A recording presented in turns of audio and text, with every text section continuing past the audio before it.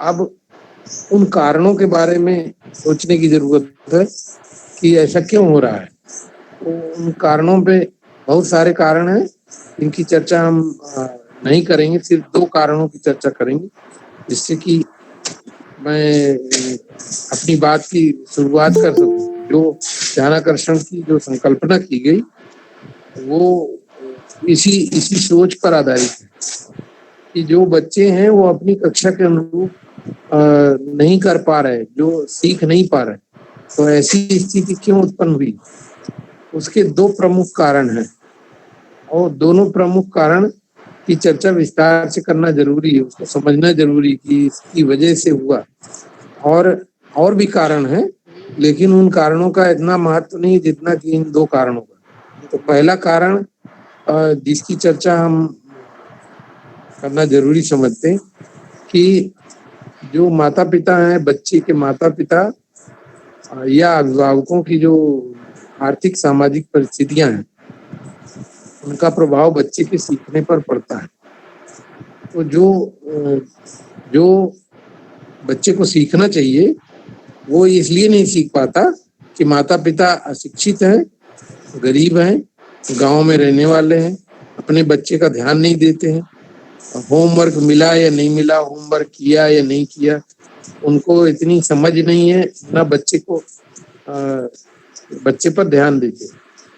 तो उनकी आर्थिक और सामाजिक परिस्थितियां ऐसी हैं कि उन्हें काम पे जाना जरूरी है, जीविकोपार्जन के लिए खेती करना जरूरी है, और खेती के कामों में बच्चों को बुआई के टाइम, कटाई के टाइम बच्चों को स्कूल से विड्रॉ कर लेते हैं। तो ये सब इस वजह से क्योंकि वो अशिक्षित हैं, शिक्षा के महत्व को वो समझते नहीं है। अगर शिक्षा के महत्व को समझें तो कोई और अरेंजमेंट करें और बच्चों को उससे दूर रखें, कहें कि तुम स्कूल जाओ पढ़ो। तो जो गैप हो जाता है पढ़ाई के बीच, जो गैप हो जाता है, 4 दिन गया और फिर 10 दिन नहीं आया, 10 दिन पढ़ा, उसके बाद 4 दिन फिर गैप हो गया, तो जो ये गैप हो जाता है उससे उसकी श्रृंखला टूट जाती है। और माता पिता की जो गरीबी है, शिक्षा है, उसका परिणाम बच्चे के ऊपर दिखाई देने लगता है, और बच्चे का जो पढ़ने में रुचि है, जो विषय के प्रति रुचि है, वो समाप्त होने लगता है। तो एक प्रमुख कारण ये है। और दूसरा प्रमुख कारण वो है शिक्षा की व्यवस्था का। मतलब हम लोग अपने को, यानी शिक्षक जो है, अपने को दोष मुक्त नहीं कह सकते। ये सारा बोझ, सारा दारोमदार अध्यापक लोग गार्जियंस पे डाल दें कि भाई गार्जियन पढ़ा लिखा है नहीं, गरीब है और गांव का रहने वाला है, तो बच्चे इसके कुछ सीखते नहीं है, तो ये नहीं सीख पाएंगे, नहीं पढ़ पाएंगे। ऐसा नहीं है। वो बच्चे जो सब एक जैसे होते हैं, चाहे गांव का हो, चाहे शहर का हो, चाहे गरीब हो, चाहे अमीर हो, चाहे बालक हो, चाहे बालिका हो, सब बच्चे एक जैसे होते हैं और वो सीख सकते हैं। तो ऐसी स्थिति में जो हमारा जो टीचर का बिहेवियर है, टीचर की जो टीचिंग स्टाइल है, टीचर की जो अप्रोच है, वो भी बच्चे के सीखने में बाधक बन जाता है। तो एक तो माता पिता अशिक्षित और आर्थिक रूप से कमजोर, दूसरा हमारे शिक्षक महोदय जो क्लास में जाते हैं तो कैसे पढ़ाते हैं, हम उसकी चर्चा आपसे करेंगे। तो वो उनके पढ़ाने की स्टाइल, उनका बिहेवियर और उनकी डीलिंग, बच्चे से कैसे डील किया जाता है, इसकी वजह से भी बच्चे की सीखने में बाधा आती है। तो दोनों चीजें हैं, एक तो करेला, दूसरा नीम चढ़ा। मतलब कहने का ये कहावत है कि एक तो माता पिता गरीब घर से बच्चा आ रहा है, माता पिता ध्यान नहीं दे रहे और शिक्षक भी उदासीन। तो कुल मिला के उसके जो लर्निंग लेवल के ऊपर जो असर पड़ता है वो बहुत गहरा पड़ जाता है और बच्चे की पढ़ाई से रुचि खत्म हो जाती है। और बच्चा जो है धीरे धीरे इस स्टेज पे पहुंच जाता है कि माँ बाप कहते हैं कि जब पढ़ ही नहीं रहा, ठीक नहीं रहा, तो इसको हटाओ, काम पे लगाओ। तो इस तरह से गांव के लोग जो हैं वो बच्चों को विड्रा कर लेते हैं, बच्चों को स्कूल से हटा लेते हैं, तो वो ड्रॉप आउट की स्टेज आ जाती है। ये ना आने पाए बच्चों का, तो उसके लिए किया क्या जाना चाहिए। मैं बहुत ही विनम्र भाव से आप लोगों के सामने अपनी बात रखना चाहता हूँ। मैं अपनी बात यहाँ से शुरू करता हूँ मित्रों, इसको बहुत ही गहराई से लीजिएगा और उसको समझने की जरूरत है। दूसरा कारण जो है उसको बहुत विस्तार से मैं आप लोगों के सामने रखना चाहता हूँ कि हम अध्यापकों पर, हम गार्जियंस पर अपना जो दोष है उन पर नहीं मर सकते। हमें अपने आत्मचिंतन भी करना होगा, आत्म अवलोकन करना होगा कि हम अपने रास्ते पर सही हैं या नहीं है। यानी ये मैं प्रत्येक शिक्षक को कह रहा हूँ, और प्रत्येक शिक्षक को इसलिए कह रहा हूँ कि जो अध्यापक मन लगा के पढ़ा रहे हैं तो अच्छी बात है, जो मन लगा के नहीं पढ़ा रहे हैं उनको आत्मचिंतन करने की जरूरत है, उनको अपने बिहेवियर में चेंज लाने की जरूरत है। देखिए, बच्चा पढ़ने में कमजोर क्यों हो जाता है, उसका रीजन टीचर का ऑटोक्रेटिक बिहेवियर है, उसका आत्म जो आत्मनिष्ठ जो उसका सोच है, आत्म केंद्रित जो व्यवहार है, वो उस बच्चों के पठन पाठन पर प्रभाव डाल देता है। तो जो ऑटोक्रेटिक बिहेवियर टीचर का है उसको बदलने की जरूरत है। और ऑटोक्रेटिक बिहेवियर है क्या कि वो कक्षा के बिल्कुल पूरी तरह से प्रशासक होते हैं, जो मैं पढ़ा रहा हूँ उसको पढ़ो, जो कह रहा हूँ उसको सुनो, और बीच में टोकने की जरूरत नहीं, बीच में बोलने की जरूरत नहीं। ऐसा करने से बच्चे वो संकुचित हो जाते हैं या वो भयभीत से हो जाते हैं। तो जो टीचर का बिहेवियर है, टीचर की बिहेवियर की हम शुरू में बात कर रहे हैं, तो टीचर का बिहेवियर ऑटोक्रेटिक नहीं होना चाहिए, प्रजातांत्रिक होना चाहिए, डेमोक्रेटिक होना चाहिए। यानी आप उनको बोलने की पूरी छूट दें। आपका स्टेटमेंट होना चाहिए कि जब तक समझ में ना आए तब तक हमसे पूछते रहो, जब तक क्लैरिटी ना हो जाए, जब समझ में आ जाए तब कहो हाँ, बिना समझे हाँ मत कहो। और प्रश्न पूछने के लिए उन्हें बार बार प्रोत्साहित करिए कि प्रश्न पूछो, बार बार पूछो। हाँ, कोई कठिनाई हो तो पूछो। तो अगर आप उन्हें छूट देंगे तब वो प्रश्न पूछेंगे, अदरवाइज डरते रहेंगे।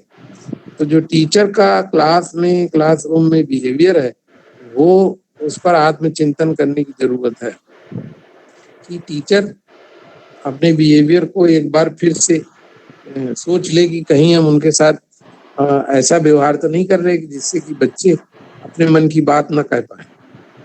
और दूसरा, टीचर का जो बिहेवियर, कभी कभी ऐसा, सबके लिए मैं नहीं कह रहा हूँ, लेकिन कुछ ऐसे लोग भी हैं जो बच्चों को डांटते हैं और अपमानित भी करते हैं कि तुम्हारे यहाँ घर में कभी किसी ने पढ़ाई की है, जो यहाँ पढ़ने चले आए, तुमको 10 बार मैंने बताया, 10 बार समझाया, ये समझ में नहीं आता, तुम नहीं समझ पाओगे, कभी नहीं सीख पाओगे। इस तरह का अपमानजनक वाक्य सुन के बच्चे भयभीत हो जाते हैं, डर जाते हैं और सीखना उनका रुक जाता है और धीरे धीरे उनमें अरुचि उत्पन्न हो जाती है।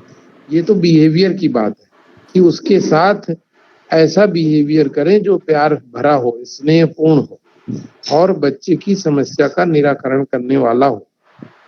एक तो टीचर के बिहेवियर की बात है, दूसरा टीचर से जो रिलेटेड बातें वो मैं कर रहा हूँ इसलिए कि आप लोग सब टीचर हैं और प्रकारांतर में आप बच्चों को, उनके भविष्य को बना रहे हैं, उनके व्यक्तित्व को बना रहे हैं। तो उस मर्म को, उस दर्द को आप समझिए कि आप किसी के भविष्य का निर्माण कर रहे हैं। तो आपकी जो बिहेवियर है वो अच्छा होना चाहिए, ममत्वपूर्ण होना चाहिए, स्नेहपूर्ण होना चाहिए और टीचिंग स्टाइल में चेंज लाने की जरूरत है। टीचिंग स्टाइल में हम लोग वो काम कर रहे हैं क्लास में जो हमारे लिए आसान है, जो हमको सुविधाजनक लगता है, वो हम करते हैं। जबकि होना ये चाहिए कि केंद्र में बच्चा है, तो जो बच्चे को आसान हो, जो बच्चे के लिए रुचिकर हो, वो करने की जरूरत है।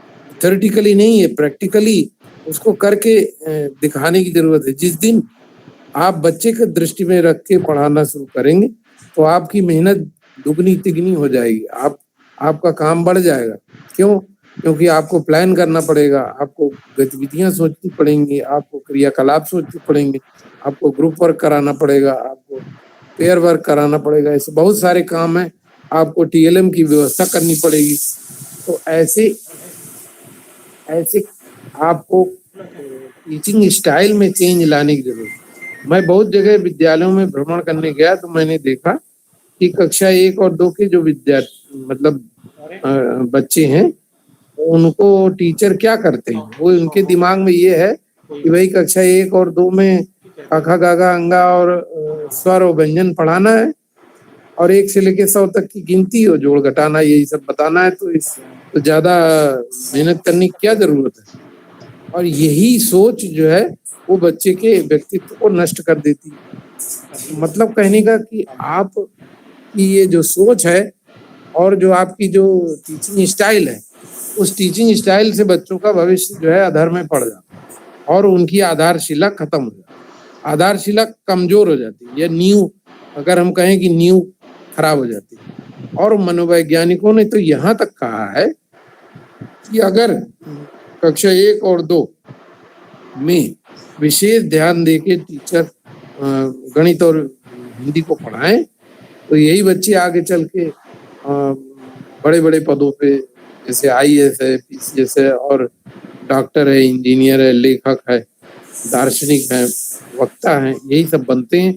ये आधारशिला यानी नींव ये वहीं पड़ती है कक्षा 1 और 2 में। मैं यहाँ पर बहुत स्पष्ट रूप से बताना चाहता हूँ कि मनोवैज्ञानिकों ने और शिक्षा शास्त्रियों ने बहुत स्पष्ट रूप से शोध अध्ययन के बाद ये कहा गया है कि 1 वर्ष से लेकर 8 वर्ष तक की आयु में बच्चे बहुत तेजी से सीखते हैं। जो शैशवावस्था में आपने गीत या कहानियां आपने पढ़ी हैं, जो रटी हैं, गाई हैं, वो आज भी नहीं भूलती। उठो लाल अब आंखें खोलो, पानी लाई हूँ मुँह धो लो, एक कौआ प्यासा था, घड़े में थोड़ा पानी था, कौआ लाया कंकड़, घड़े में डाला कंकड़, पानी आया ऊपर, कौए ने पिया पानी, खत्म हो गई कहानी। ये सब जो कविताएं हैं, बचपन की रटी हुई कविताएं, आज तक नहीं भूलती। उसका रीजन यही है कि उस अवस्था में यानी शैशवावस्था में 1 से लेकर 8 वर्ष की आयु में बच्चा बहुत तेजी से सीखता है, चाहे उसको अर्थ आता हो या ना आता हो, चाहे उसको संश्लेषण करना आए, विश्लेषण करना आए चाहे ना आए, चाहे व्याख्या करना आए या ना आए। पूरी कविता सुना देगा, उसका अर्थ पूछिए तो अर्थ नहीं बता पाएगा। तो उसकी जो समझ है वो समझ इतनी विकसित नहीं होती, लेकिन रट लेने की, याद कर लेने की क्षमता बहुत होती है। तो वो उस अवस्था में अगर हम ये कहें कि उसकी कंप्यूटर की हार्ड डिस्क एकदम खाली होती है, उसमें जो भी आप सिखा देंगे वो सीख लेगा। अगर 1 वर्ष से 8 वर्ष की आयु में माता पिता और शिक्षक अगर दोनों ध्यान देते हैं तो बच्चे अच्छे बनते हैं। तो देखिए, जो शिक्षित माता पिता हैं वो तो अपने बच्चे का ध्यान देंगे, उनको रोज मंजन कराएंगे, रोज स्नान करने के लिए कहेंगे, रोज नए कपड़े पहनने के लिए कहेंगे और साफ सुथरा रहने के लिए कहेंगे, सदा सत्य बोलने के लिए कहेंगे, लोगों को, बड़े लोगों से आदर और सम्मान करने की बात कहेंगे, अच्छे अच्छे आचरण सिखाएंगे। लेकिन जो अशिक्षित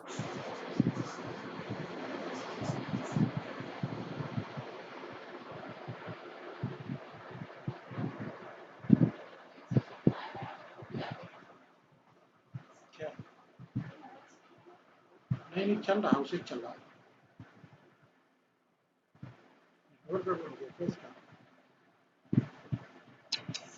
इसका मेरा नहीं। ये स्वर लिखा, व्यंजन लिखा, मात्राएं बना दी और उसके बाद कहा कि अपनी कॉपी खोलो और लिखो।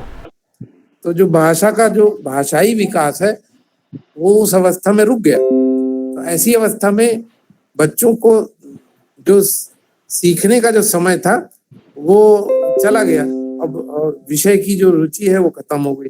तो मैं यहाँ पर ये कहना चाहता हूँ कि शैशवावस्था पे कक्षा 1 और 2 में आपके यहाँ बच्चा आया है, माता पिता के यहाँ से जो भी सीख के आया है, मैं उनको दोष नहीं देता हूँ, लेकिन आप तो कम से कम उसके भविष्य के लिए उसके उसकी नींव अच्छी तैयार करिए। आप उसको गणित और भाषा यानी हिंदी और गणित इतने ढंग से पढ़ाइए जो कि बहुत ही आवश्यक है, जिससे उसके व्यक्तित्व का निर्माण होना है। वो काम आप पूरी लगन के साथ करिए। तो यहाँ पर आधारशिला में इस बात को हम लोगों ने बहुत स्पष्ट रूप से लिखा है कि किस प्रकार आप कक्षा 1 और 2 में हिंदी और गणित को पढ़ाएंगे, किस आपकी टीचिंग स्टाइल क्या होगी, जिससे कि बच्चे की मजबूत नींव बने। तो इसी चिंतन से या इसी आधार जो हमारा जो दर्शन है, उस दर्शन के आधार पर, उस सोच के आधार पर आधारशिला का हस्तपुस्तिका लिखी गई। मैं अपने महानिदेशक महोदय की बात करना जरूरी समझता हूँ कि उन्होंने यही बात जो हम लोग अभी कर रहे हैं कि बच्चे क्यों नहीं सीख पा रहे, बच्चों का लर्निंग लेवल कम क्यों है, तो ये कारण उन्होंने पूछा, तो कारण हम लोगों ने बताया। तो फिर आधारशिला की बात आई कि ऐसी पुस्तक लिखी जाए, ऐसी हस्तपुस्तिका टीचर्स को संबोधित करते हुए लिखी जाए, जिसको पढ़ के टीचर अपने स्कूल में अच्छा वातावरण बना सके, अपनी टीचिंग स्टाइल को बदल सकें, खासकर कक्षा 1 और 2 में गणित और हिंदी में पढ़ाने की जो उनकी अप्रोच है, जो टीचिंग स्टाइल है, वो बदले। और इसे अनिवार्य कर दिया गया कि आप जो है गणित और हिंदी को कैसे पढ़ाएंगे, ये अनिवार्य रूप से आपको करना है। कक्षा 1 और 2 के अध्यापकों से खासकर मुझे ये कहना है कि जो आधारशिला में जो बिंदु दिए गए हैं, गणित को ELPS के सिद्धांत से और भाषा को सुनना, बोलना, पढ़ना, लिखना के क्रम में जब करेंगे तो बच्चे ज़्यादा सीखेंगे। शिक्षण संग्रह और में बहुत सी गतिविधियां दी गई हैं जो कि गणित और हिंदी से संबंधित हैं। रोचक गतिविधियां हैं, रोचक खेल हैं, तमाम ऐसे क्रियाकलाप हैं जिनसे कि बच्चे रुचिपूर्ण ढंग से सीखते हैं। आपको पढ़ाने में आसानी होगी, बच्चों को पढ़ने में आसानी होगी। तो इस तरह से जो शिक्षण संग्रह और आधारशिला और ध्यानाकर्षण तीनों पुस्तकें एक दूसरे से जुड़ी हुई, तो दोनों एक दूसरे की पूरक है, सारी तीनों एक दूसरे की पूरक है। तो ऐसी किताबों को तीनों को एक साथ कई बार आप लोगों को पढ़ना पड़ेगा कि इसमें क्या कहा गया, हमें करना क्या है, क्या नहीं करना, क्या करना है। तो मैं ये बात जो आप लोगों से ध्यानाकर्षण की करना चाहता हूँ, उसमें आता हूँ कि जो ध्यानाकर्षण में चीजें दी गई हैं, इसका नाम ही अगर आप ध्यान से सुने तो उसमें एकदम स्पष्ट हो जाता है कि ध्यानाकर्षण किसका, ध्यानाकर्षण शिक्षक का।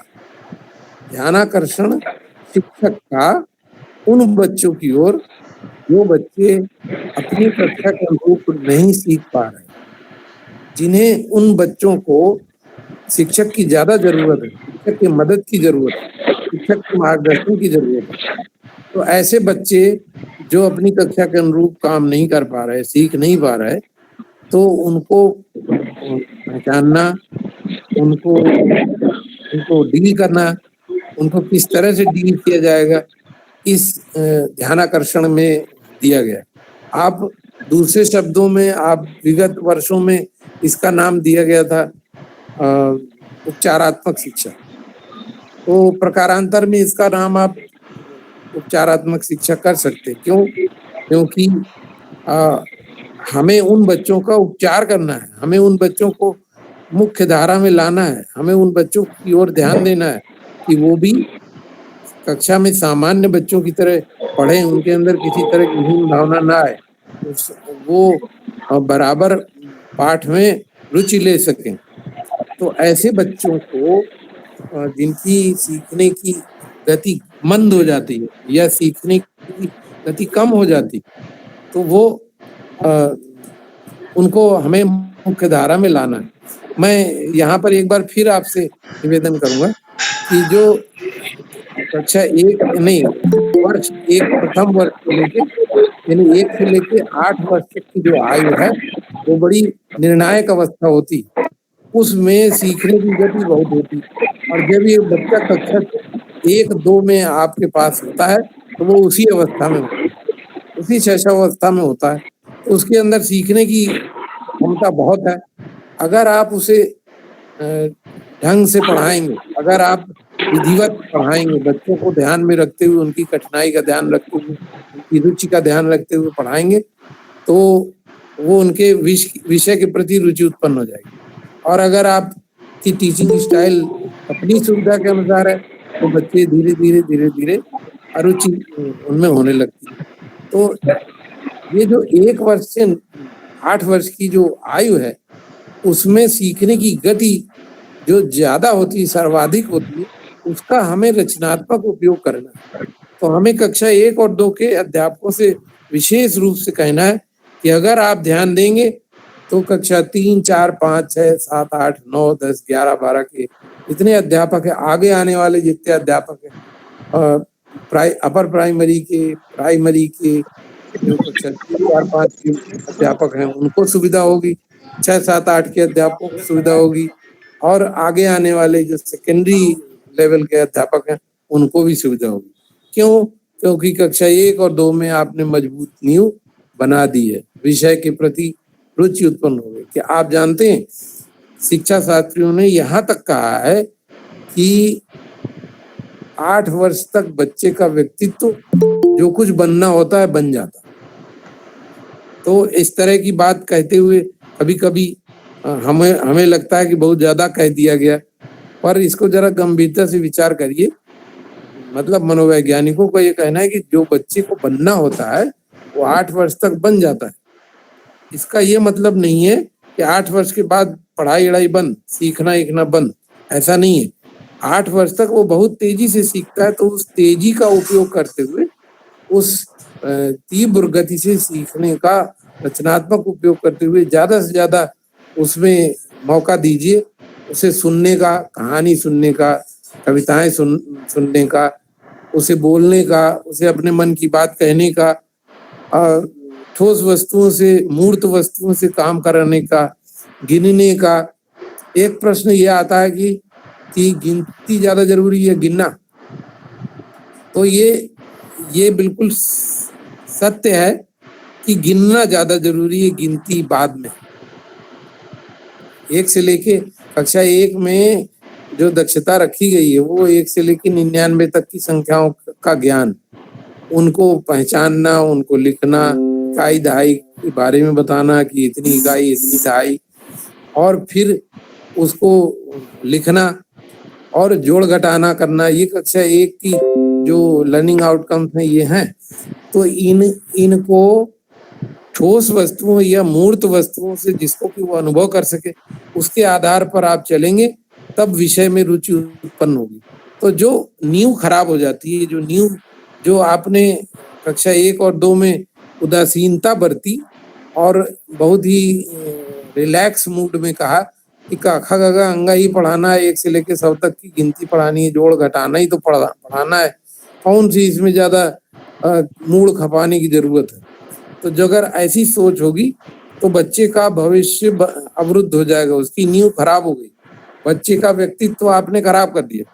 तो आपको पता नहीं चल रहा कि आप कितने बच्चों का भविष्य इस उदासीनता की वजह से खराब करते हैं। तो मैं किसी पर दोषारोपण नहीं लगा रहा हूँ, सिर्फ इंगित कर रहा हूँ कि क्या इसका आत्म अवलोकन करना जरूरी है कि प्रारंभ में अर्ली लिटरेसी और न्यूमरेसी, यानी अगर व्यक्ति की कक्षा 1 और 2 में गणित और हिंदी अच्छी कर दी जाए तो वो व्यक्ति जीवन में कभी असफल नहीं होता।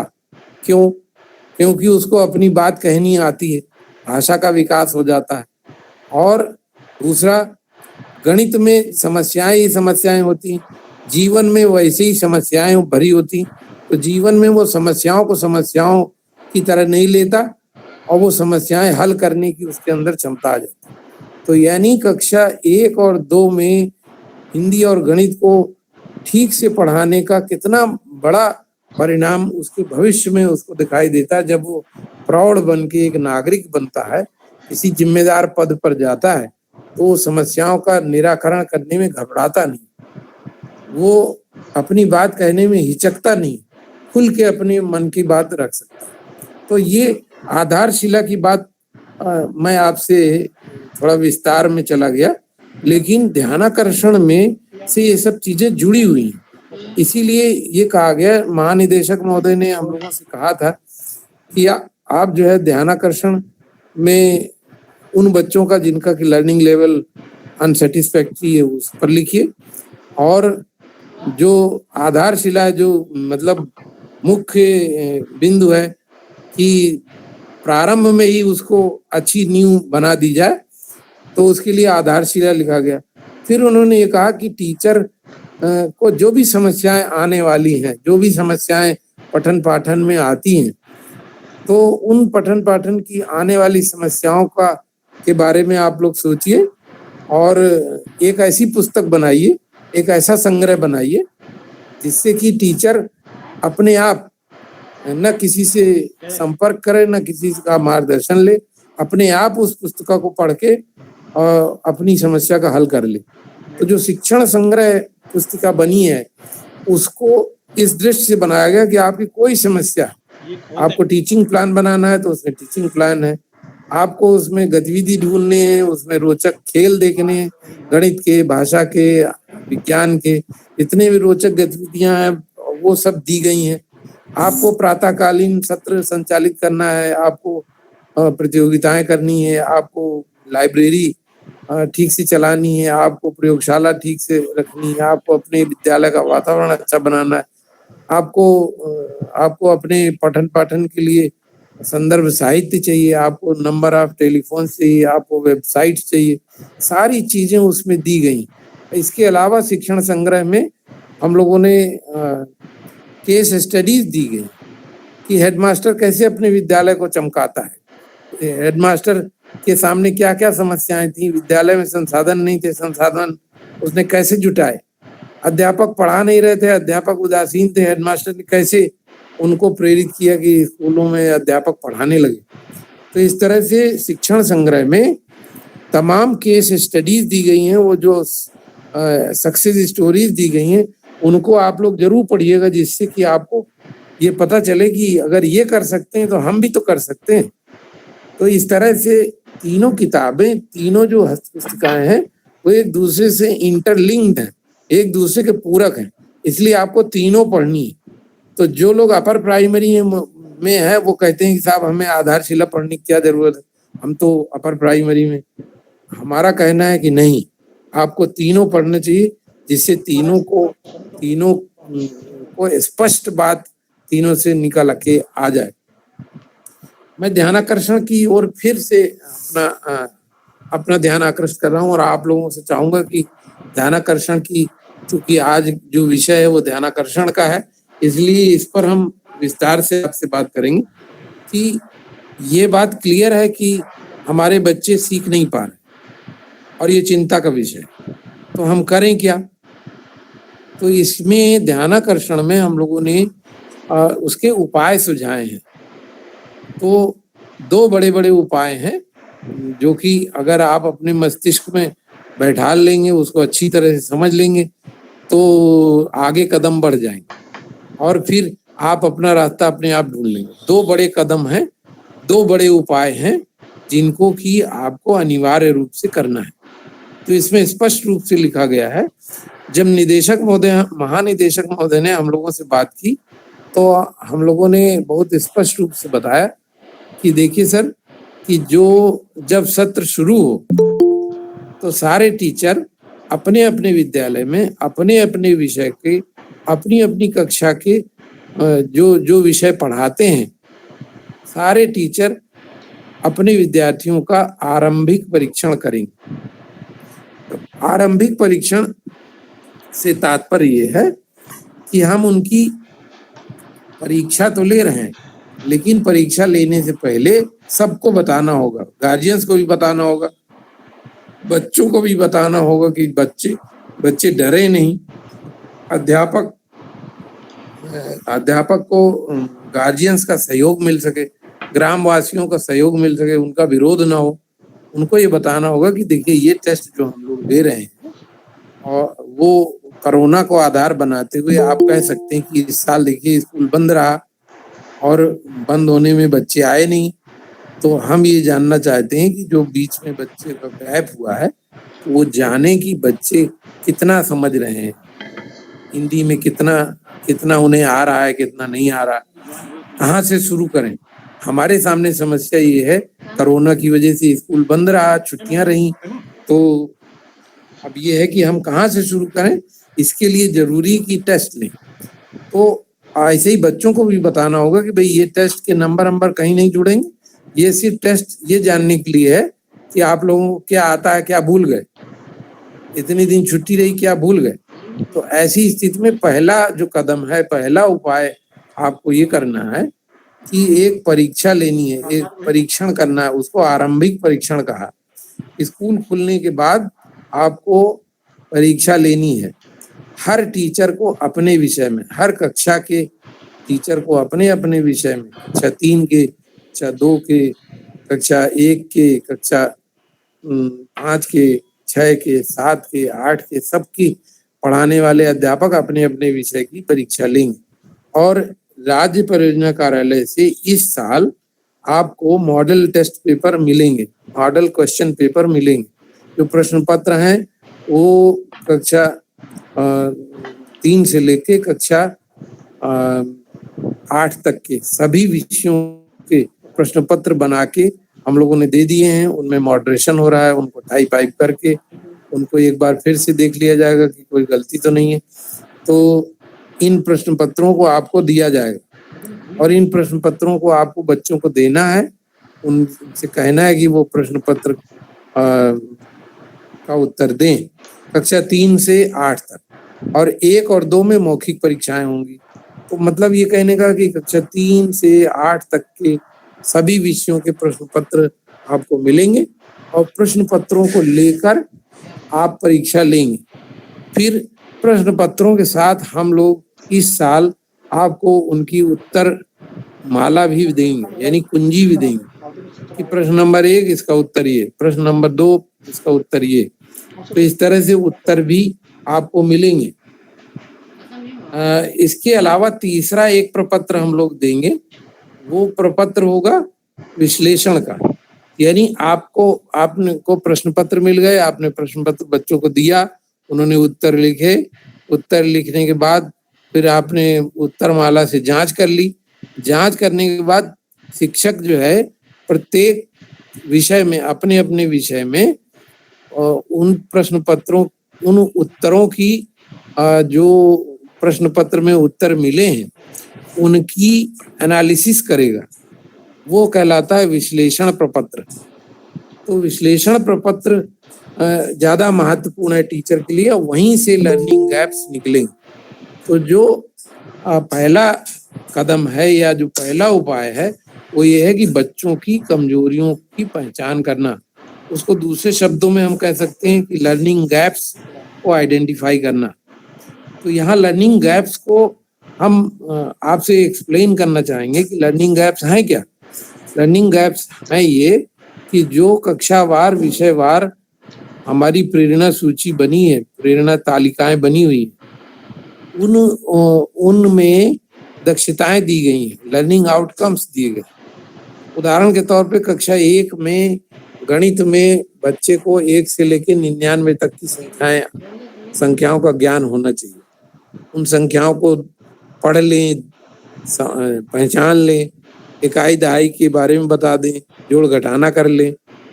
तो इस तरह से ये जो दक्षताएं दी गई हैं, इन दक्षताओं को हम लोग कहते हैं अपेक्षित दक्षताएं या एक्सपेक्टेड लर्निंग आउटकम।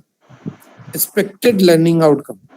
और जब आपने परीक्षा ली, जब आपने परीक्षण किया तो निकल के आया कि उनको आता कितना है। तो जो उन्हें आता है उसको हम लोगों ने कहा actual learning outcome. Actual learning outcome, वास्तव में उन्हें आता क्या है। तो जो एक्सपेक्टेड है और एक्चुअल है उसके बीच जो गैप है उसको कहते हैं लर्निंग गैप्स। तो लर्निंग गैप्स को आइडेंटिफाई करना ये बहुत जरूरी है। लर्निंग गैप्स को आइडेंटिफाई करने का तरीका अभी हम आपको बता रहे थे कि हम एक तीसरा प्रपत्र देंगे, उसको कहेंगे विश्लेषण प्रपत्र। और विश्लेषण प्रपत्र में का विवरण, पूरा विवरण आपके सामने अभी हम रखेंगे। पहले हम थोड़ा प्रश्न पत्रों के बारे में बता दें, क्योंकि जब तक प्रश्न पत्रों के बारे में बताएंगे नहीं तो विश्लेषण करने में थोड़ी कठिनाई होगी। विश्लेषण प्रश्न पत्रों में खास बात ये रखी गई है कि इसमें प्राइमरी में 15 प्रश्न, अपर प्राइमरी में 25 प्रश्न, प्रत्येक प्रश्न 3 अंक का होगा, प्राइमरी में 45 पूर्णांक होगा और अपर प्राइमरी में 75 पूर्णांक होगा। प्रत्येक प्रश्न करना अनिवार्य होगा। प्रश्न पत्र में सरल प्रश्न भी होंगे, कठिन भी होंगे और सामान्य भी होंगे। तो जो 80% तो सामान्य होंगे, 10% कठिन और 10% सरल, ये एक प्रतिशत बना दिया गया। कि इसके अलावा कठिनता स्तर के अलावा प्रश्नों के प्रकार में जो ज्यादातर प्रश्न ऐसे होंगे जो कि वस्तुनिष्ठ होंगे। यानी अगर प्राइमरी का मामला है तो प्राइमरी में 10 प्रश्न वस्तुनिष्ठ होंगे और 5 आत्मनिष्ठ होंगे, यानी ऑब्जेक्टिव और सब्जेक्टिव। 10 ऑब्जेक्टिव और 5 सब्जेक्टिव। तो 10 ऑब्जेक्टिव इसलिए रखे गए क्योंकि हमें उनके ज्ञान का आकलन करना है, और सब्जेक्टिव 5 रखे गए हैं, कम रखे गए हैं, 1/3 रखे गए। उसके पीछे सोच ये है कि उसको अभिव्यक्ति करने का भी अवसर दें, और ऐसे प्रश्न जो हैं उनका एक सटीक उत्तर नहीं होता, तो लिखने की स्टाइल पर निर्भर करता है कि बच्चा कैसे लिख रहा है। तो 5 प्रश्न ऐसे भी दिए गए जिसमें जो तर्क पर आधारित हैं या किसी सोच पर आधारित हैं। तो अपर प्राइमरी लेवल पर 20 प्रश्न वस्तुनिष्ठ यानी ऑब्जेक्टिव टाइप और 5 प्रश्न आत्मनिष्ठ होंगे। इसके अलावा ज्ञानात्मक, बोधात्मक, अनुप्रयोगात्मक, कौशलात्मक, तर्क पर आधारित प्रश्न, इन सब की भी का प्रतिशत निर्धारित किया गया है। और एक और बहुत बड़ी बात जो प्रश्न पत्रों के निर्माण में हम बताना चाहेंगे आप लोगों को, कि किसी कक्षा विशेष के लिए जो प्रश्न बनाया जाए, प्रश्न पत्र बनाया गया है, उसमें उससे निचली कक्षा में जो पाठ्यक्रम है उससे प्रश्न ज्यादा लिए जाए, और पिछली से पिछली कक्षाएं, जैसे उदाहरण के तौर पे अगर हम कहें कि कक्षा 7 का हमें प्रश्न पत्र बनाना है तो 6 से अधिक सवाल लिए जाएंगे। 5 के भी प्रश्न होंगे, 4 के भी होंगे, 3 के भी होंगे और 1 आध सवाल 2 के भी होंगे। तो इस तरह से कुल मिला के हमारे प्रश्नों का जो गठन है वो निचली कक्षाओं में भी प्रश्न उसमें होंगे। तो जो हम अभी आपको विश्लेषण करने वाली बात बता रहे थे कि जब प्रश्न पत्र आपने दिया, उनका उत्तर बच्चों ने दिया, उत्तर माला से आपने उसकी जांच की, फिर आप उसकी एनालिसिस कर रहे हैं। तो एनालिसिस प्रपत्र में क्या होगा, उसमें दिया गया है कि प्रश्न संख्या ये, फिर ये किस कक्षा से लिया गया है, ये प्रश्न किस प्रकार का है, वस्तुनिष्ठ है कि आत्मनिष्ठ है, ज्ञानात्मक है कि बोधात्मक है, और इसका संबंध किस लर्निंग आउटकम से है। और अगला जो कॉलम है वो बहुत महत्वपूर्ण है। उसमें ये दिया है कि अगले कॉलम में होगा कि कितने बच्चों ने इस प्रश्न को सही हल किया। तो अगर उदाहरण दें कि प्रश्न नंबर 3 कक्षा 3 से लिया गया, इसका ये ज्ञानात्मक प्रश्न है या बोधात्मक प्रश्न है, ये लिख दिया गया, और फिर ये किस लर्निंग आउटकम से जुड़ा हुआ है और कितने बच्चों ने इसका सही उत्तर दिया। तो उत्तर आया 3/40, मतलब 40 बच्चों में 3 बच्चों ने उसका सही उत्तर दिया। इसका मतलब है कि 37 बच्चों ने सही उत्तर नहीं दिया। तो ये लर्निंग गैप है, ये लर्निंग आउटकम, इस पर हमें काम करने की जरूरत है। तो इस तरह से प्रश्नवार आप सारे टीचर अपने अपने विषय में निकालेंगे कि बच्चों में कहाँ कठिनाई है, किस लर्निंग आउटकम पे हमें काम करने की जरूरत है। तो इस तरह से लर्निंग आउटकम को देखेंगे और लर्निंग गैप्स को देखेंगे।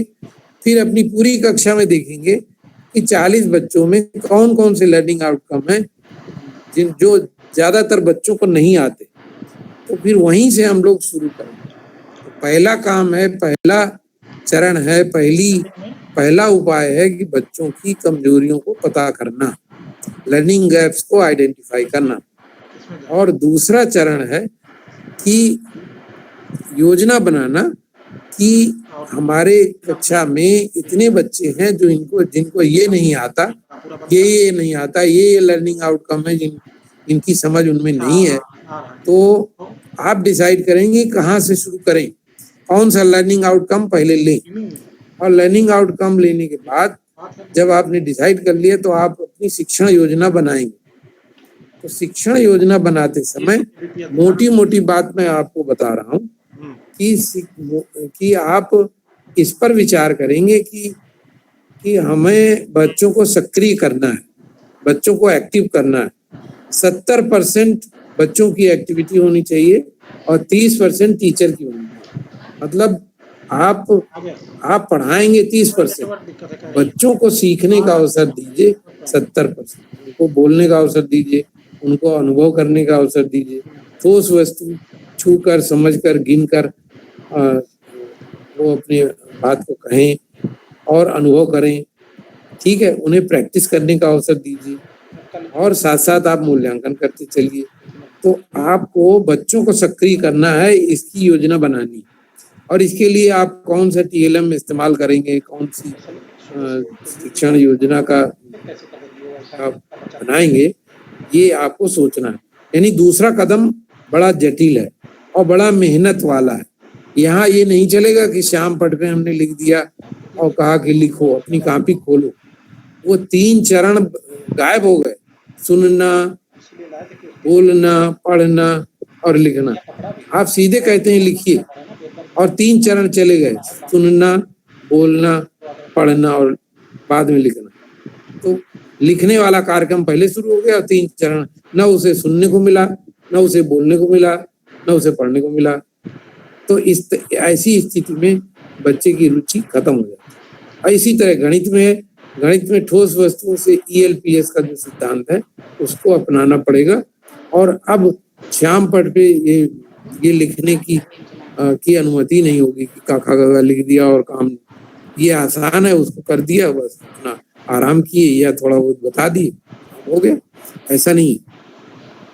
तो अब ये जो दूसरा चरण है वो बड़ा महत्वपूर्ण है। ध्यानाकर्षण में हम लोगों ने इसको बहुत ही विस्तार से बताया है और उसमें शिक्षण योजनाएं भी दी गई, शिक्षण योजनाएं बनी है कि आप अपनी कक्षा को शुरुआत करने में कितना समय देंगे, मूल्यांकन करने में कितना समय देंगे। अनुमानतः ये दिया गया कि आप 5 मिनट में अपनी पाठ को शुरू करेंगे। आप सबसे ज्यादा सोच की ये जरूरत है कि हम कैसे पाठ को शुरू करें और कैसे खत्म करें और बच्चों को अधिक से अधिक काम करने के अवसर दें, उन्हें प्रैक्टिस करने का अवसर दें। तो प्रैक्टिस करने का जितना अवसर उन्हें मिलेगा उतने ही वो खुश होकर पढ़ना लिखना शुरू कर दें। और मैं आपको आश्वस्त करता हूँ कि अगर इस विधि से आप पढ़ाएंगे तो 6 महीने बाद आपको पढ़ाने में आसानी भी होगी, बच्चे ज़्यादा सीखेंगे भी, बच्चे खुश होकर आपकी कक्षा में आएंगे, आपको प्यार भी करेंगे, आपका सम्मान भी करेंगे। तो मैं दूसरे चरण के बारे में और विस्तार से बताना चाहता हूँ कि जो ध्यानाकर्षण पुस्तिका है उसमें एकदम स्पष्ट लिखा गया है कि प्रारंभ में 50 दिवसीय कार्य दिवस में यानी 50 वर्किंग डे पे हम लोग एक शिविर लगाएंगे, उसका नाम है ध्यानाकर्षण शिविर। ध्यानाकर्षण शिविर में बच्चों को ABC कैटेगरी में रखेंगे। तो जिन बच्चों को 15 या 15 अंक से कम मिले या अपर प्राइमरी में 25 या 25 से कम अंक मिले तो उन्हें C श्रेणी में रखेंगे। और उसी तरह से 16 से लेकर 21 तक अगर तो उसमें रखे जाएंगे B श्रेणी। समझ रहे हैं ना, 25 से लेकर 35 तक के बीच में जिन बच्चों को अंक मिले उन्हें B श्रेणी में रखेंगे। और बाकी बच्चों को ए श्रेणी में रखा जाएगा। तो ये ग्रुप बनेंगे और ग्रुप में हर टीचर 3 लेसन प्लान रोज बनाएगा अपने विषय, 3 पाठ की योजना बनाकर वो जाएगा। तो शिक्षण योजनाएं दी गई हैं कि आपको किस लर्निंग आउट पे काम करना है, उसके लिए कैसी योजना आपको बनानी है। उसमें जो उल्लेखनीय बात है ध्यान आकर्षण में, वो हम लोगों ने जो दिया है वो रिसर्च पर आधारित है। 18 नई शिक्षण तकनीकियां दी गई, नई इसलिए कि आप करते हैं लेकिन उनका ध्यान आप उस पर ध्यान केंद्रित नहीं करते। ध्यान केंद्रित करते हुए 18 टेक्निक्स पर आपको अभ्यास करना है और ऐसी पाठ योजना बनानी है, ऐसी टीचिंग योजना, टीचिंग प्लान बनाना है कि जिससे बच्चों की कमजोरियां दूर हों, बच्चे आपकी बात से वो सीख जाएं, जो उन्हें नहीं आता वो सीख लें। तब आपको जो उन्हें लर्निंग गैप्स हैं उन पर आपको टीचिंग प्लान बनाने हैं। हमने आपको बताया कि शिक्षण संग्रह में और आधारशिला में बहुत सारी गतिविधियां दी गई हैं, उन गतिविधियों का आपको सहारा लेना पड़ेगा। अब आपको मेहनत करनी पड़ेगी। आपको क ख ग घ अंगा और ये लिखने से काम नहीं चलेगा, 1 से लेके 100 तक की गिनती लिखने से काम नहीं चलेगा, मेहनत करनी पड़ेगी। जब आप मेहनत करेंगे तो उसके परिणाम मिलेंगे। हमारे ARPs आपको मदद करेंगे, आपको वीडियो दिखाएंगे किस तरह से टीचर लोग अपनी कक्षा में इसी को पढ़ा रहे हैं। तो जो अच्छे सक्सेस स्टोरीज हैं, टीचर जो जिस विषय को अच्छे ढंग से पढ़ा रहा है उसके वीडियोस आपको मिलेंगे। हम लोग वीडियो पर काम कर रहे हैं कि इस तरह के वीडियोस आपको बने बनाए मिले। जो ARP जब आपके एकेडमिक रिसोर्स पर्सन जब वहाँ जाएंगे स्कूलों में भ्रमण करने, तो वो आपको दिखाएंगे कि देखिए ये पढ़ा रहे हैं आप और ये टीचर पढ़ा रहा है, जरा इसको देखिए, आप खुद बताइए कि हम क्या करना चाहिए। तो जब आप वीडियो में उन टीचर्स को करते हुए देखेंगे, उसी पाठ को पढ़ाते हुए, उसी चीज को पढ़ाते हुए, जब टीचर दूसरे ढंग से पढ़ा रहा है और बच्चे खूब आनंदित होकर सीख रहे हैं, तो हम क्यों नहीं करें। मेहनत तो करनी पड़ेगी, मेहनत का कोई विकल्प नहीं। तो मैं ध्यानाकर्षण में जो बातें कही गई हैं वो 18 टेक्निक्स की बात कही गई। 18 टेक्निक्स को हम लोगों ने रिसर्च किया है और रिसर्च में सत्य पाया है। मैं एक हेडमास्टर की बात आप लोगों से शेयर करना चाहता हूँ। जो शिक्षण संग्रह में हम लोगों ने सक्सेस स्टोरीज दी गई हैं, उसमें ये सक्सेस स्टोरी दी गई। आप लोग जरा गौर करके सुनिएगा कि कर्नाटका में एक हेडमास्टर थे जो बहुत अच्छी सोच के थे। तो जब उनकी पोस्टिंग एक नए विद्यालय में हुई तो उन्होंने देखा कि अध्यापक बड़ा उदासीन है, पढ़ाने लिखाने में उनकी कोई खास रुचि नहीं है। तो उनको बड़ा दुख हुआ, लेकिन शिक्षकों से उन्होंने कोई कंप्लेन नहीं की, शिक्षकों से कोई आलोचना नहीं की, शिक्षकों से ये बात नहीं कही, बल्कि अंतर मन में सोचा कि यहाँ तो बड़ा माहौल खराब है। तो उन्होंने अंदर मन में ठाना कि नहीं, माहौल हम बदलेंगे। तो उन्होंने एक योजना बनाई।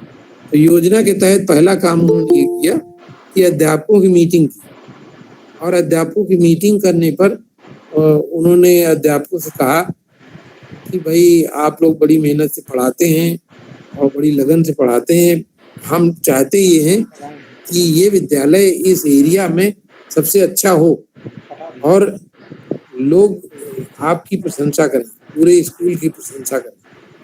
और हम लोग इसीलिए आते हैं, इसलिए हम चाहते हैं कि कुछ ऐसा किया जाए जिससे कि बच्चे खुश होकर सीखें और जो अभिभावक हैं वो आपकी ओर खींचे चले आएं और आपके विद्यालय के संचालन में सहयोग देने लगे। तो उन्होंने कहा जी सर बहुत अच्छा है सर, क्या करना चाहिए।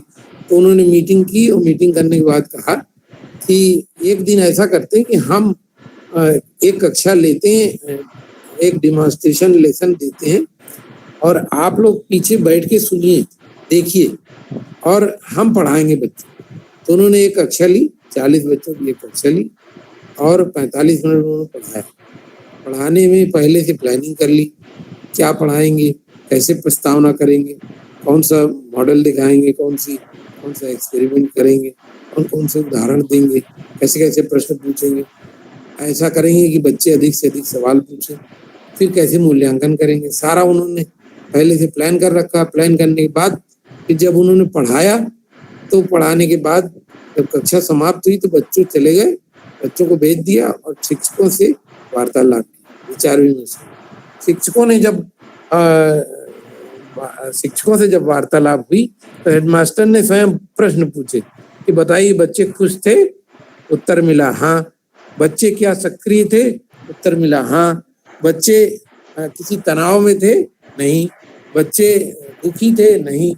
बच्चों ने मतलब बच्चे सीखते समय उन्हें कैसा लग रहा था? क्या बच्चे उत्तर दे रहे थे? क्या बच्चे प्रश्न पूछ रहे थे? तो सबका उत्तर मिला। बाद में शिक्षकों ने कहा कि सर आप बहुत अच्छा पढ़ाते हैं, बहुत बढ़िया पढ़ाया आपने।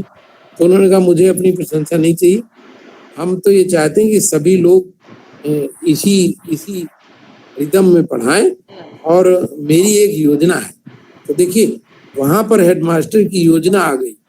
उन्होंने इतना करने के बाद, उन्हें मोटिवेट करने के बाद अपनी योजना बताई और कहा कि देखिए हमारे पास कुछ शिक्षण तकनीकियां हैं, उन शिक्षण तकनीकों को हर हफ्ते हम लोग उनका अभ्यास करें, और अगले सप्ताह हम लोग पूरे सारे टीचर, चाहे हिंदी के हों, चाहे गणित के हों, चाहे विज्ञान के हों, चाहे किसी विषय के हों, वो अपने अपने विषय में ग्रुप वर्क कराएंगे। 5-5 के समूह में बच्चों को बांट के अपना विषय पढ़ाएंगे। तो आपका ध्यान है, ध्यान समूह कार्य पे रहेगा। तो उनकी योजना ये थी कि समूह कार्य की जो टेक्निक है, जो तकनीकी है, उसका अभ्यास हो जाए, सारे टीचर इसको जान जाएं कि समूह कार्य कैसे कराया जाता है और समूह कार्य कराने से बच्चे कितना प्रसन्न रहते हैं। तो उन्होंने कहा अगले हफ्ते हम लोग सब यही अभ्यास करेंगे, इसी का अभ्यास करेंगे और पूरे हफ्ते समूह कार्य कराएंगे, और गणित वाले गणित पढ़ाएंगे, भाषा वाले भाषा, अंग्रेजी वाले अंग्रेजी, विज्ञान वाले विज्ञान। इस तरह से सब लोग अपने अपने विषय में इसी तकनीकी का उपयोग करें।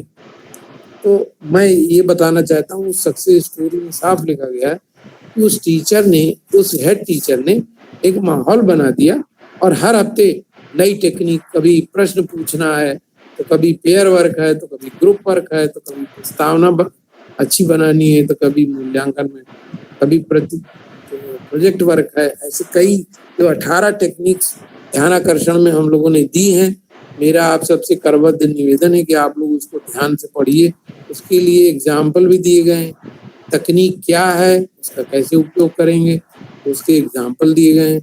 हर 15 टेक्निक्स पर किसी में 2, किसी में 1, किसी में 4, ऐसी जरूरत के हिसाब से हम लोगों ने टेक्निक्स के एग्जाम्पल दिए गए हैं, और उन एग्जाम्पल्स को देखिए, उनको पढ़िए, समझिए, और उन बच्चों के लिए जिन पर विशेष ध्यान देना है, उनकी ओर आप अपना ध्यान आकर्षित करके उन तकनीकियों का उपयोग करते हुए पढ़ाएं। और ये ध्यान रहे कि मोटी बात, ये बहुत ही स्थूल बात मैं आपसे कर रहा हूँ कि आपका ध्यान सदैव ये रहना चाहिए कि हमें बच्चों को सक्रिय करना है। हमें अनिवार्य रूप से बच्चों को सक्रिय करना है। हम कम पढ़ाएंगे, बच्चों को सीखने का अवसर ज्यादा देंगे, उनको गतिविधि में इन्वॉल्व करेंगे, उनको बातचीत के लिए प्रेरित करेंगे। वो बात करें, आप बात करें, आप प्रश्न पूछें, वो प्रश्न पूछें, बच्चे सक्रिय रहें, आपके साथ साथ बच्चे भी सक्रिय रहें। मोनोलॉग के बजाय डायलॉग हो। कक्षा में वातावरण प्रजातांत्रिक, बच्चे अपनी बात, मन की बात कह सकते। तो ऐसा माहौल जब होगा, आप शिक्षण तकनीकियों का उपयोग करेंगे, आप योजना बना के पढ़ाएंगे, आप रोचक गतिविधियां कराएंगे, रोचक खेल कराएंगे, तो उसके परिणाम दिखने लगेंगे। बच्चों की जो कमजोरियां हैं वो दूर होंगी और बच्चे अधिक से अधिक सीखेंगे। मैं इन्हीं शब्दों के साथ आप सबको अपनी बात समाप्त करता हूँ और आप लोगों को धन्यवाद देता हूँ। साथ में ये भी कहना चाहूँगा कि अगर आपको कोई संदेह हो तो आप प्रश्न पूछ सकते हैं। Thank you. धन्यवाद सर। ठीक है, आप प्रश्न पूछिए। तो अभी सूर्या जी, कमलेश जी। कोई प्रश्न है आपके पास? कुछ प्रश्न आए? नहीं सर, कमेंट बॉक्स में प्रश्न तो नहीं है। सर ने बहुत अच्छा समझाया, उसके लिए सबकी तरफ से बहुत बहुत धन्यवाद सर। बहुत बहुत धन्यवाद आपका। वीडियो सर हमारे कुछ इम्पोर्टेंट मीटिंग की वजह से जो है नहीं है, और आपने बहुत अच्छे से समझाया सर, इसके लिए बहुत बहुत धन्यवाद। अब हमारे दूसरे श्रवण सर हैं, वो थोड़ा इसी के आगे थोड़ा सा वो ध्यानाकर्षण शिविर और टेक्निक पर थोड़ा टाइम देंगे। तो आप लोग थोड़ा सा अभी रुके रहिएगा, कोई जाइएगा नहीं। श्रवण सर, आपका स्वागत है। श्रवण सर सुन पा रहे हैं? श्रवण सर, जय हिंद, अपना माइक बंद कर लीजिए। जी श्रवण सर। यस अरे सोनी सर, प्रणाम सर। हाँ नमस्कार नमस्कार। और डॉक्टर श्रवण कुमार जी, हाँ नमस्कार नमस्कार। बहुत अच्छी बात है, बहुत अच्छा बात। मैं माइक बंद।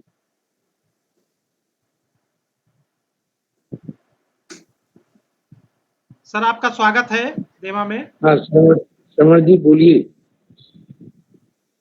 हेलो कमलेश जी, मेरी आवाज आ रही है? जी जी सर, बढ़िया आ रही है सर, आप शुरू हो जाइए। बहुत बहुत धन्यवाद कमलेश जी, आपने हमें भी आमंत्रित किया, सर को सुनने का भी अवसर मिला। सबसे पहले मैं अपने सोनी सर को प्रणाम करता हूं, और मेरा सौभाग्य है कमलेश जी कि सर के साथ हमने भी उस मॉड्यूल लेखन में काम किया। और साथियों, सर को तो सुनते सुनते मैं इतना खो गया कि मैं कहाँ से शुरू करूं, मुझे तो यही नहीं समझ में आ रहा है। लेकिन मैं यहाँ से शुरू करता हूँ। सर ने जो बात कही कि हम सभी को अपने उन सभी बच्चों पे ध्यान केंद्रित करने की जरूरत है सर। और जैसा कि हमारे डीजी सर का सपना है कि मार्च 2022 तक हम अपने उत्तर प्रदेश के सभी विद्यालयों को, ब्लॉक को, जनपद को, यानी पूरे प्रदेश को प्रेरक के रूप में एक काम करना है, यानी कि प्रेरक उत्तर प्रदेश हो।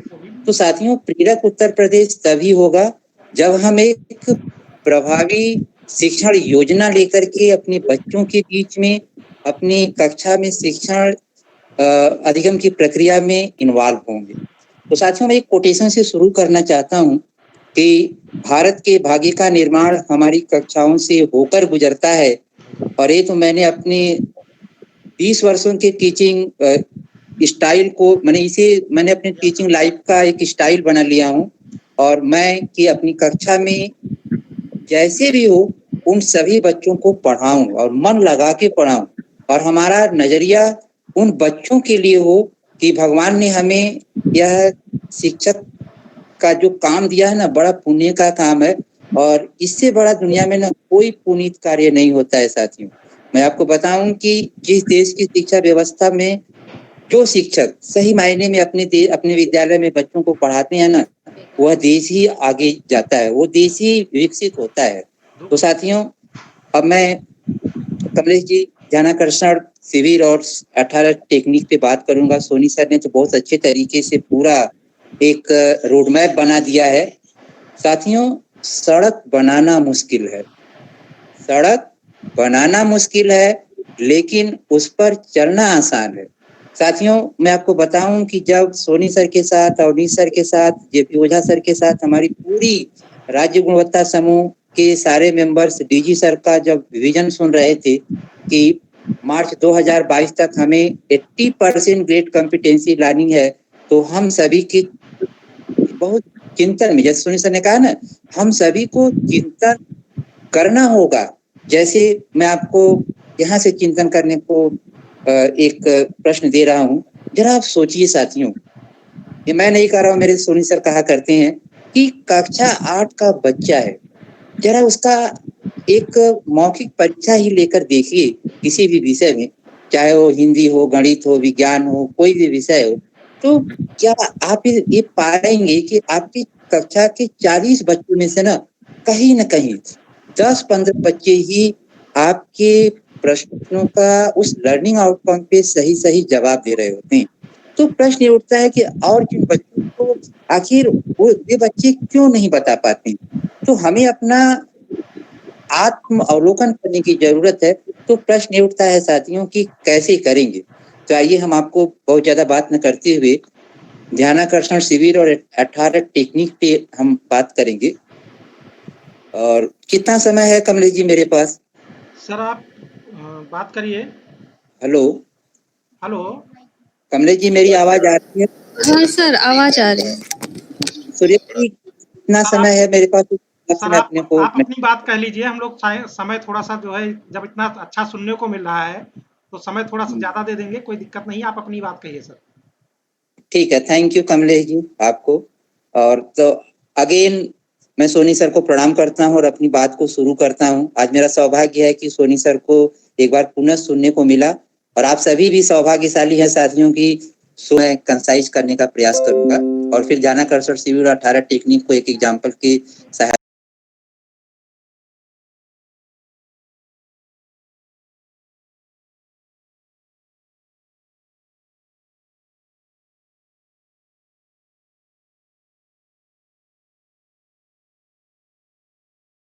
से बताने का प्रयास करूंगा।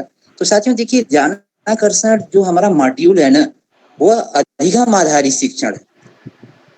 सोनी सर ने जैसा कहा ना कि ध्यान आकर्षित किसका करना है, हम सभी शिक्षकों को स्वयं अपने से करना है। किसके लिए करना है? अपने उन सभी बच्चों के लिए करना है। जैसे कि इस ध्यानाकर्षण मॉड्यूल में 4 भाग दिए गए।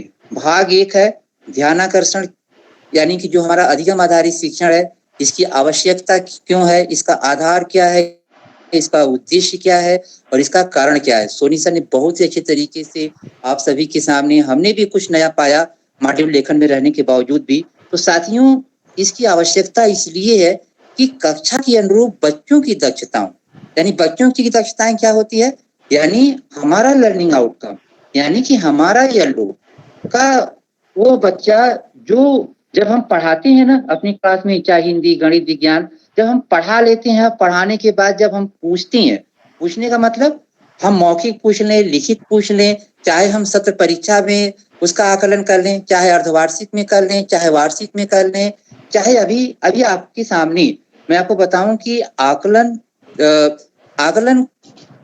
का जो उत्तर होने के स्टेट लेवल पे जो 2 परीक्षाएं हुई थी, जैसे सोनी सर ने आप सभी के सामने रखा, सेट 1 और सेट 2। सेट 1 और सेट 2 के आंकड़ों को अगर आप देखेंगे तो वो पूरे प्रदेश का, पूरे जनपद का, पूरे मंडल का, पूरे विद्यालय का, पूरी कक्षा का, सारे बच्चों का वो परसेंटेज आपके पास है। और सेट 1 और सेट 2 की परीक्षा के आधार पर ही हम सभी अपनी रणनीतियां बनाएंगे। लेकिन साथियों, ध्यानाकर्षण शिविर वो तो एक परीक्षा है, वो तो स्टेट लेवल अपनी बात करेगा, वो अपनी योजनाएं बनाएंगे। जैसे कि उन्हीं का परिणाम है। जैसे सर ने कहा था ना, नेस की परीक्षा, सेकी की परीक्षा, ऐसे ढेर सारे एनजीओ हैं, असर है, प्रथम है, इनके द्वारा ही होता है ना।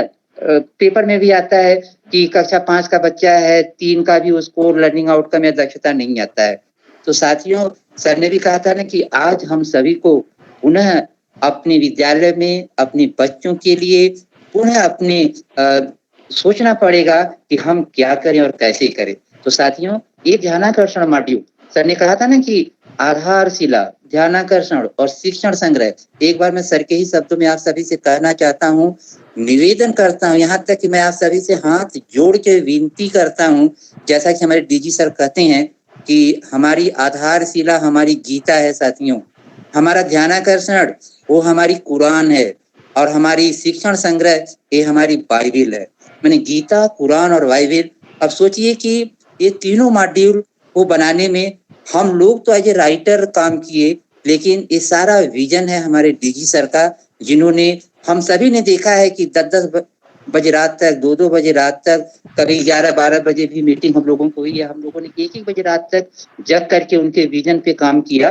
तो साथियों, ध्यानाकर्षण की आवश्यकता क्यों है, बस मैं यही कहूंगा कि इसकी आवश्यकता है कि आज हमारी कक्षाओं में जो कमजोर बच्चे हैं ना, उन्हें अच्छा बनाना है, उन्हें जो हम सिखाएं उनकी समझ में शामिल हो जाए।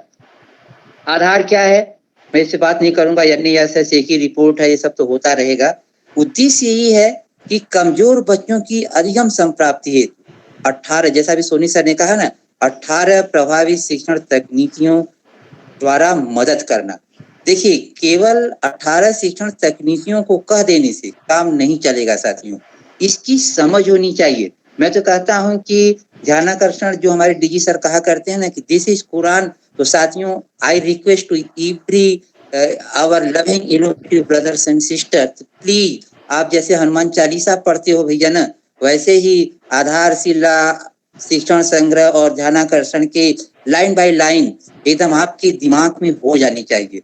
यानी उद्देश्य है कि कमजोर बच्चों की अधिगम संप्राप्ति हेतु 18 प्रभावी शिक्षण तकनीकियों के द्वारा आप उन बच्चों के सीखने के स्तर में क्या करेंगे, सुधार लाएंगे। और बच्चों की कमजोर होने के कारण, इस पे भी मैं बहुत चर्चा नहीं करूंगा कि सोनी सर ने बहुत अच्छे तरीके से उन्होंने बात कर दिया है। साथियों, हम सभी को पता है कि हमारे विद्यालयों में किसके बच्चे आते हैं, वंचित वर्ग के बच्चे आते हैं, जो कि अपने रोजी रोटी और के लिए वो बाहर रहते हैं। तो सोचिए कि ऐसे बच्चों को पढ़ाना आसान नहीं होता है। लेकिन साथियों, वे गरीब है, कमजोर हैं, आता नहीं है, क्या करता है, तो इसे सोच करके हम उन्हें न पढ़ाएं, ये भी अच्छा नहीं है। साथियों, मैं इस शब्द से मैं शिविर पे आने का प्रयास करूंगा कि साथियों, जैसा कि सोनी सर हम सभी के साथ एकदम दृढ़ विश्वास के साथ कहते हैं, साथियों हर बच्चा सीख सकता है, वो चाहे गरीब हो चाहे अमीर हो। भगवान ने तो किसी बच्चे का जन्म देके गरीब अमीर बना के नहीं भेजा है। साथियों, हम शिक्षक का ये परम दायित्व है, इस संकल्प के साथ हम काम करें अपने बच्चों के साथ अपनी कक्षाओं में कि हमारा हर बच्चा सीख सकता है। तो कैसे सीखेगा बच्चा साथियों, तो कैसे हम जानेंगे, तो इसके लिए साथियों देखिए, सबसे पहले आपको लर्निंग आउटकम एवं आकलन की, जैसे हमारे ध्यानाकर्षण शिविर में मैं ज्यादा बात नहीं करूंगा, ध्यानाकर्षण शिविर और ध्यानाकर्षण मॉड्यूल में सब लिखा हुआ है, तो भाग जो पूरा है लर्निंग आउटकम और आकलन पे, थोड़ी सी मैं इस पे चर्चा करता हूँ कि लर्निंग आउटकम है क्या। देखिए, लर्निंग आउटकम जिसे हम हिंदी में कहते हैं अधिगम संबंधी परिणाम, सीखने का परिणाम, माने लर्निंग माने सीखना, आउटकम माने परिणाम। लर्निंग कैसे होगा, जब एक टीचर अपनी क्लास में बच्चों को अपने गतिविधियों के द्वारा, तकनीकियों के द्वारा, PLM के द्वारा, ICT के द्वारा, नवाचारों के द्वारा, ढेर सारी विधियां हैं जो अभी मैं 18 तकनीकियों में आपसे चर्चा करने वाला हूँ। तो लर्निंग आउटकम और आकलन क्या होता है कि देखिए, लर्निंग आउटकम बस एक शब्द आप हमेशा याद रखिए, सारे डेफिनेशन भूल जाइए, बस ये याद रखिए कि लर्निंग आउटकम यानी हमारा यह लोग परिणाम आधारित प्रक्रिया है। इट मीन्स यह रिजल्ट बेस्ड प्रोसेस है। देखिए, पहले क्या होता था कि टीचर पढ़ा लेता था, बच्चे की परीक्षा ले लेता था और हम भूल जाते थे कि बच्चा 1 से 2 में चला गया, 2 से 3 में गया, 3 से 4 में गया, 4 से 5 गया, 5 से 6 गया, 6 से 7 गया, 7 से 8, 11, 12 चला गया साथियों। लेकिन समाज में यही सुनने में आता है ना, अरे 9 में चला आया, पढ़ने नहीं आ रहा है, लिखने नहीं आ रहा है, तो वो अपना सारा दोषारोपण नीचे करता है। तो साथियों, इन्हीं सब चीजों पर ये ध्यानाकर्षण मॉड्यूल बना है, ध्यान देने की आवश्यकता है कि साथियों। और आकलन कैसे होगा, ये भी एक बहुत बड़ा टॉपिक है। इस पे मैं बस आपसे ये कहना चाहूंगा कि एट द प्रेजेंट टाइम आकलन का मतलब होता है ना कि आकलन में मापन निहित होता है और आकलन मूल्यांकन का आधार होता है। एट द प्रेजेंट टाइम पूरे विश्व में जैसे इंटरनेशनल लेवल पर PISA यानी एक ट्रेंड चल गया है और हमारे नेशनल लेवल पे NES असेसमेंट करता है और स्टेट लेवल पर हमारा SAT 1 और SAT 2 का आपने पेपर देखा होगा कि इस पेपर का पैटर्न क्या है। अभी सर ने बताया ना कि आरंभिक परीक्षण प्रपत्र में हम ज्ञान के, बोध के, प्रयोग के, कौशल के करेंगे और कैसे आरंभिक परीक्षण में हम ब्लूप्रिंट के आधार पे हम बात करेंगे। तो ये ढेर सारे टेक्निक्स है जिसका हमें जानना बहुत जरूरी है। तो लेकिन साथियों देखिए, जैसा कि ये सारी जैसे लर्निंग आउटकम कक्षा 1 से लेके 8 तक सारी किताबों में सारे पन्नों पर लिखा हुआ है। यहाँ तक कि हमारी SCERT ने लर्निंग आउटकम की बुकलेट भी आपको दे रखी है। और मैं आपको अभी बता दूं कि लर्निंग आउटकम पे एक रिवाइज भी हो रहा है जो आप सभी को लर्निंग मैप भी मिलेगा कि क्लास 1 2 3 4 5 6 7 8। तो साथियों, आप सभी को लर्निंग आउटकम के बारे में एक समझ होनी चाहिए, आकलन के बारे में एक समझ होनी चाहिए।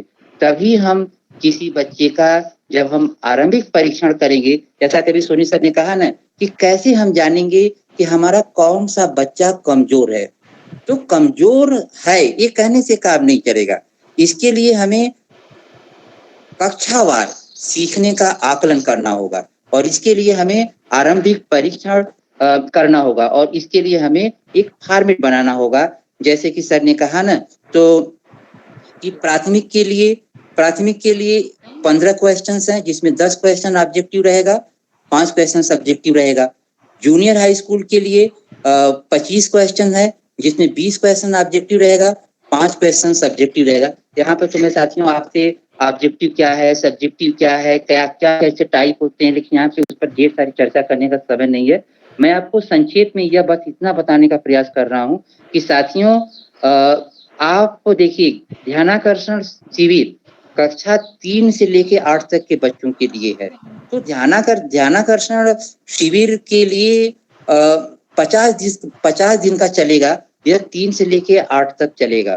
तो प्रश्न ये उठता है कि प्राथमिक लेवल 3 से 5 के बच्चों के लिए और 6 से 8 के लिए उच्च प्राथमिक के लिए, इसके लिए आपकी किताबों में ध्यानाकर्षण शिविर में पूरा समय सारणी है, प्राथमिक शिक्षक यानी कि प्राथमिक कक्षाओं के लिए और उच्च प्राथमिक कक्षाओं के लिए। तो यहाँ पर एक चीज मैं बताऊंगा कि देखिए ध्यानाकर्षण शिविर में 3 समूहों में हमें काम करना है, समूह ए, समूह बी, समूह सी। साथियों देखिए समूह ए, बी, सी कौन सा बच्चा कहाँ पे है, इसके लिए साथियों मैं आपको बताना चाहता हूँ। जैसा कि सोनी सर ने हम सभी के सामने बातें रखी कि आरंभिक परीक्षण प्रपत्र के लिए अभी सर ने कहा ना कि मॉडल पेपर का भी निर्माण हो रहा है, हम लोगों ने किया है सर के नेतृत्व में, तो वो मिलेगा आपको। तो देखिए जो मॉडल पेपर मिलेगा उसके केवल वही आपका नहीं होना चाहिए, उसके आधार पर भी हमारा सारा टीचर अपनी कक्षाओं में भी क्या करेगा, स्वयं उस मॉडल को देख करके आप अपना भी बना सकते हैं और अपने से भी उन बच्चों की आइडेंटिफाई कर सकते हैं कि हमारा बच्चा समूह ए, समूह बी, समूह सी में कहाँ रहेगा। तो ये मैं थोड़ा सा सर ने भी कहा था लेकिन मैं भी आपको रिवाइज करा देना चाहता हूँ कि प्राथमिक कक्षा के लिए समूह ए, जब आप आरंभिक परीक्षण बनाएंगे प्राथमिक कक्षा के लिए तो 15 प्रश्न बनाएंगे साथ में, जिसमें आपका 10 क्वेश्चन ऑब्जेक्टिव रहेगा, 5 क्वेश्चन सब्जेक्टिव रहेगा, लिखने वाला रहेगा। अगर उस परीक्षण के आधार पे वो जो 15 क्वेश्चन है ना वो आपके 15 लर्निंग आउटकम है, वो 15 क्वेश्चन आपके क्या रहेंगे, वो लर्निंग आउटकम है। जैसे मान लीजिए कक्षा 5 के हिंदी का आप आरंभिक परीक्षण प्रपत्र बना रहे हैं तो उसमें क्या होगा कि आप सबसे ज्यादा अभी सोनी सर ने कहा ना कि सबसे ज्यादा प्रश्न आपके 70% क्वेश्चन या 65% वह आपका कक्षा 4 का हिंदी की लर्निंग आउटकम से संबंधित रहेगा और 3 से उससे कम रहेगा और कुछ एक आध 2 क्वेश्चन 1-2 का रहेगा। तो साथियों इसके आधार पे एक इसलिए रखा गया है कि क्योंकि हम सभी को पता है, देखिए कहने की बात नहीं है, आई एम आल्सो टीचर, आपकी तरह मैं भी टीचर हूँ, तो हम सभी को पता है कि हमारी कक्षाओं में हमारे बच्चे कहाँ पे हैं, बच्चों की हमारी स्थिति क्या है, वी इजिली नो। तो साथियों तो लेकिन हम जानते हैं, लेकिन देखिए इसके लिए हमें परीक्षण करना पड़ेगा, परीक्षण करना होगा तो इसके लिए हमें दक्ष होना ही होगा। जैसे कि अभी आपको मॉडल मिलेगा तो अब इस पे हम उस ब्लू प्रिंट बनाना होगा, तो ब्लू प्रिंट पे मैं ढेर सारी बातें नहीं बता सकता क्योंकि टाइम कम है। तो लेकिन इसके लिए आप देखिए 21 से 45 अंक, यानी जो आपने 15 क्वेश्चन है, एक क्वेश्चन 3 अंक का है, तो आपने 15 या 45, यानी अगर बच्चा एक पहला प्रश्न है जो भी एक लर्निंग आउटकम है, वो लर्निंग आउटकम अब टीचर तय करेगा कि वो किस लर्निंग आउटकम को लेगा। देखिए लर्निंग आउटकम का चयन करना भी बहुत इंपॉर्टेंट काम है कि हम किस लर्निंग आउटकम का चयन करें और चयन करके उस पे मैं आपको बताऊं कि उसकी फ्रेमिंग होती है ब्लूप्रिंट की, कि हम ज्ञान के प्रश्न कितने रखेंगे उस 15 क्वेश्चन में, बोध के कितने प्रश्न रखेंगे और अनुप्रयोग के कितने रखेंगे और उसके बाद स्किल बेस्ड या तार्किक प्रश्न कितने रखेंगे। यह देखिए यह एक ट्रेनिंग की जरूरत है। देखिए हम लोगों ने प्रयास किया है और वो आपको मॉडल में मिलेगा और आप उसका हेल्प लेकर के अपने बच्चों का आरंभिक परीक्षण करा लेंगे। तो इट मीन्स ये सोच लीजिए कि ध्यानाकर्षण शिविर में 50 दिवस किन बच्चों का करेंगे, उन समूह ए बी सी वाले का करेंगे। तो समूह ए कैसे आप जानेंगे, देखिए जो आप परीक्षा ले रहे हैं 21 से 45, देखिए यहाँ पर मैं एक चीज आपको समझा दूं साथियों, यहाँ पे ढेर सारे आपके प्रश्न भी हो सकते हैं कि 15 क्वेश्चन है, एक अंक माने एक प्रश्न 3 अंक का है। तो आप देखिए पहला प्रश्न आपने जांचा। अब देखिए यहाँ पर एक चीज मैं आपसे करना चाहूंगा और आपसे निवेदन करना चाहूंगा कि जब जैसा सोनी सर ने कहा ना कि जब भी हमारा विद्यालय खुलेगा साथियों, तो आप सभी निश्चित तौर पे अभिभावकों को विश्वास में लीजिए, बच्चों को विश्वास में लीजिए, और तो और साथियों सबसे पहले आप अपने विद्यालय के सभी सहयोगी साथियों को विश्वास में लीजिए, क्योंकि करना शिक्षक को है। तो हम सभी को ये करना होगा कि वो 15 क्वेश्चन सही मायने में बनाएं। यह मॉडल मिलेगा, ध्यानाकर्षण में भी वो दिया गया है, और उसके बाद वह परीक्षा सही तरीके से हो, उसमें नकल मत कराइएगा। आप पेपर दे दीजिए, लड़का अपने से करे, अपने से करेगा तभी आप सही मायने में लर्निंग गैप्स की पहचान कर पाएंगे कि हमारा अमुक बच्चा, हमारा अमुक बेटा या हमारी अमुक बेटिया किस लेवल पे है। तो साथियों समूह ये प्राइमरी में 21 से 45 है। तो ये जो देखिए इसमें आप अब हो सकता है कि 15 से 45, अगर 15 से 45 अगर 45 अंक पा गया कि वो बच्चा एकदम आउटस्टैंडिंग है। लेकिन अगर मान लीजिए वो 40 पाता है, अब 40 पाया तो इसका मतलब यानी कि 8 3 का 24, 10 या 30, तो ये है। लेकिन अब आपको ये देखना है कि एक लड़के का ये लर्निंग गैप आप पता कर सकते